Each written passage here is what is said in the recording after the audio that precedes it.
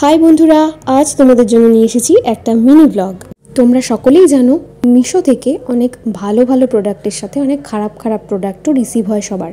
আমার ক্ষেত্রেও হয়েছে অনেকবার। আমি মিশো থেকে অনেকবার অর্ডার করার পরেও সেই সমস্ত জিনিসগুলো খুবই খারাপ কোয়ালিটির এসছে, কিন্তু এইসব প্রোডাক্টগুলো আমি মিশো থেকে খুব ভালো ভালো রিসিভ করেছি। আজ সেই সবগুলোই তোমাদেরকে ভিডিওর মাধ্যমে তুলে ধরেছি।